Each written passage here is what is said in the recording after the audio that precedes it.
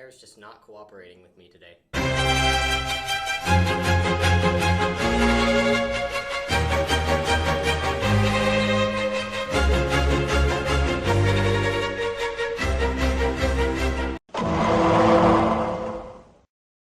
Guys, like, the 4 markers have been left here. I don't even have to use my own stuff. There are a plethora of choices today, and 2 erasers. This is insane. Maybe it's an omen. Maybe my semester will go this well forever. Or maybe this is just the last of my luck, and I'm spending it on multicolored markers. Me being my boring self, I'm gonna use brown for this video. It's dry. Mayhaps green? Perfection. I cannot believe this. Literally 30 seconds after I finished recording that clip, someone came in and told me that the room was reserved. So I walk around for around 10 minutes, and the only open room that I'm able to find is this room with spooky-ass lighting. Half the lights are fully on, and then half of them are sort of just dimly flickering. I feel like I'm going to get possessed. If there is a mysterious disappearance at USC, you'll know what happened. And I'm stuck using my own marker. Goes to show ya, never mention your blessings. At least I still got an eraser. Damn it, I'm gonna get kicked out of this room too, aren't I? Well, let's make the best of our time here, shall we? Alright, calculus first. Partial derivatives. We were introduced to them in Physics 2, which I don't think that's the order that is supposed to happen, but my class schedule is whack.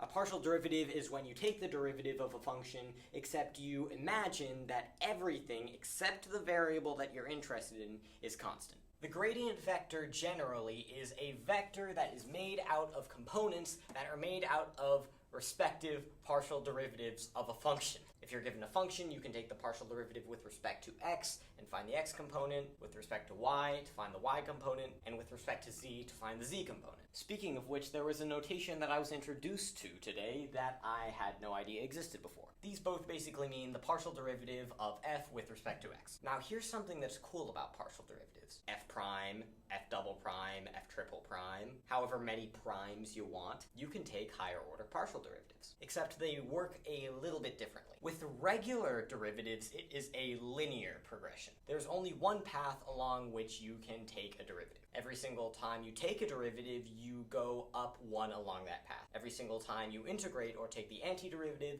you go down along that path once. It's more complex with partial derivatives, because remember, you need to specify which variable you are taking the partial derivative with respect to. You can start with either the partial derivative with respect to x or the partial derivative with respect to y. Unlike their complete derivative counterparts, these things branch as you take more derivatives. Because after you take the partial derivative with respect to x or y, you need to take the partial derivative with respect to x or y again. For every single new derivative that you get, there are 2 more higher order derivatives that there are. And these things have some pretty interesting relationships. For example, f sub xy and f sub yx are normally equal to each other, as long as both of them are continuous near a comma b. We call this Clairaut's theorem. Nextly, there is a pretty consistent pattern that we have been establishing here. When we're dealing with multivariable functions, we basically add a dimension to everything that we do. When we want to find things that are tangent to multivariable functions, we do much the same thing. In 2 dimensions, we have a tangent line. In 3 dimensions, we have a tangent plane. And the partial derivatives help us find this tangent plane. Let's say that we're given the equation for some surface. We are also given a point that is on that surface where we want to find the tangent plane. This is the textbook definition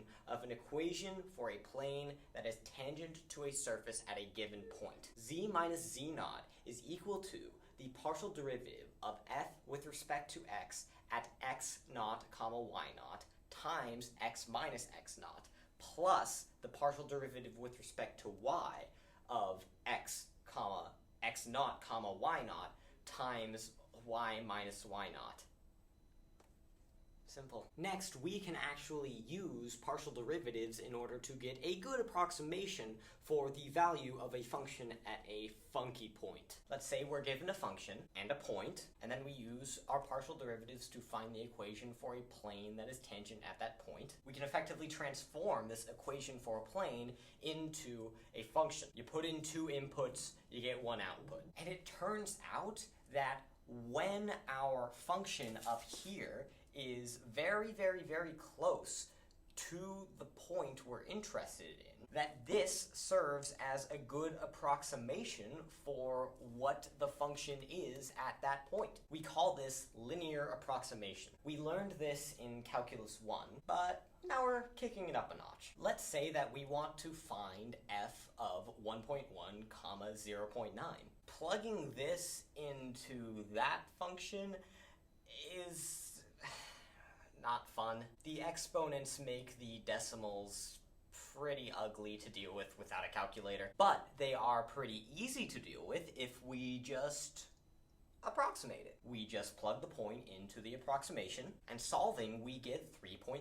Plugging this into a calculator, we get that this is 3.3225, which is pretty close to our approximation, which is good in my book. We're probably not going to need to, use this for anything practical, but I mean, it's good to know the theory behind it. Always is. The lights just totally went out. This is the sound of me flicking the light switch on and off. I am waving my hand in front of the motion detector right now. My lord, how am I gonna deal with this? Alright, future me, here's what we're gonna do. I'm going to tell you out loud how to find the linear approximation of any function. I know this does not make for very riveting entertainment. Find the equation for the tangent plane and then plug in your desired point into that equation. Just remember to put f of x comma y squiggly equals that. But I think the world is conspiring against me tonight, so I think that is all I will have the opportunity to do. If you have watched this far, you are insane. You are literally watching a disembodied voice speak to you about calculus right now. Well done. I sincerely appreciate it, as said disembodied voice. So that's gonna do it for tonight. Thank you all so much for watching. See y'all tomorrow.